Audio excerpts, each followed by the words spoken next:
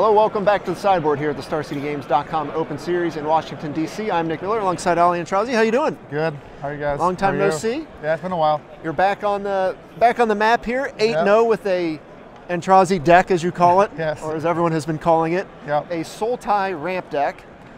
Sort of control-y, but more rampy, because you've got card of the tournament, Frontier Siege. Yeah, that card is really good.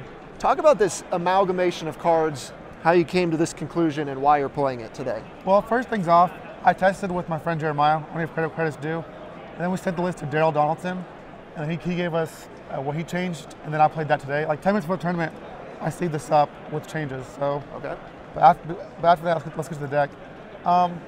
It's just a ramp deck, and you're forgoing the Wayfinders and the Commune with the Gods, right, just to ramp into your big guys. Like you play Siege, and then you ramp into either Ugin, Garrick, Hornet Queen. Not playing the Commune with the Gods and the Wayfinders actually makes your Tasker much better.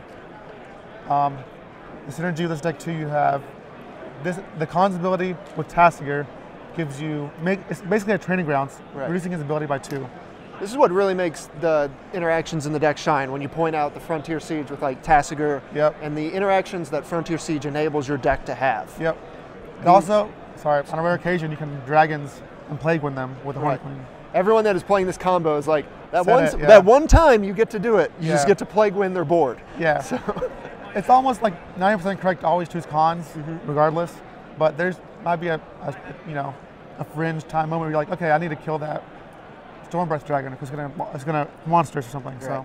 So you've got elements of control, you got your Hero's Downfalls, you got your Thoughtseizes, Sultai Charms, and Crux of Fate, as well as your in-game cards. So you got 2 Ugin, a Garrick, and Pearl Lake Ancient, and then I guess whatever we slot Worst Fears under, like what is that?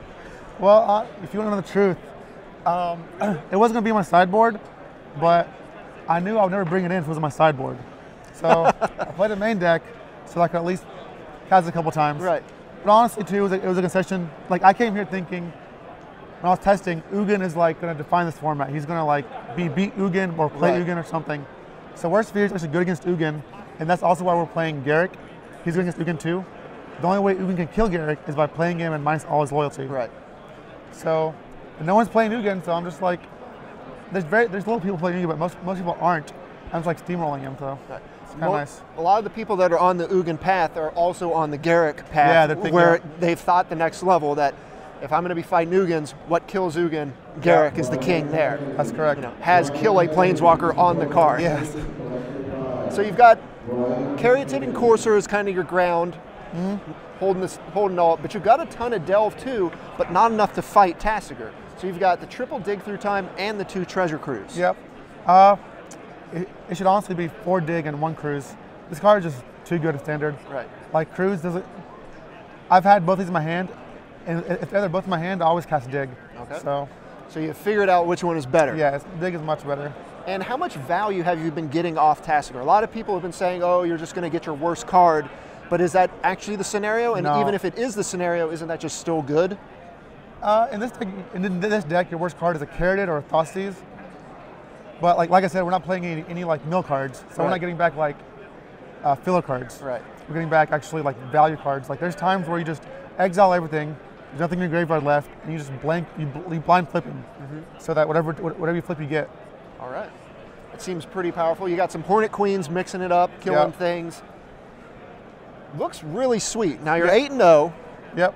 What were you going to say? I'll say the curve is like into turn 2 Caryatid, turn 3 Frontier Siege, turn 4 Hornet Queen, or you go turn 2 Caryatid, turn 3 Siege, main phase 2 Caryatid, next turn 4 Ugin. Right. I mean that's like the nut draw. Right. But even so, Ugin isn't always good early game. Like the longer you hold him, the better it is. And the reason why this card is so strong, we all know that when you cast a Planeswalker, you want to cast it on an empty board. Right. Well, Ugin just does that for you. Right. You play him, and he makes sure he's the only guy on the board, and he's really good. And like when people try to downfall, and you're like, okay, well I'm gonna wipe your board. You're gonna discard a card, try to kill him, and then you're gonna try to come back. Like you're not coming back. Like, right. You get to refill with the cards you have, so that's perfectly acceptable. He's really good. Planeswalker that comes down, clears the board for himself, sometimes gets to come back. Yeah. He's hard to kill. Like like everyone's playing like these SCGDC decks or whip decks, and very few are in Heroes Dawnfall. They're more so like on the whip plan of Hornet Queen. And Ugin is like a ratchet bomb for 0 on Hornet Queen. So Have you got to Ultimate Ugin yet? I've ulted him 3 times. All right. But my goal is to do it at least 10 times this weekend. So Lofty. Yeah. I like it though. Shooting for the stars. Yeah. Each time I've ulted him, it's always been 5 lands and then like something like a Sylvan Carrot. It's been like nothing, but it's still fun. But you have the story. Yeah. Let's look at this sideboard. You got more Planeswalkers coming out. You've got an extra Ugin. You got a Liliana, and you got a Nissa. Yep.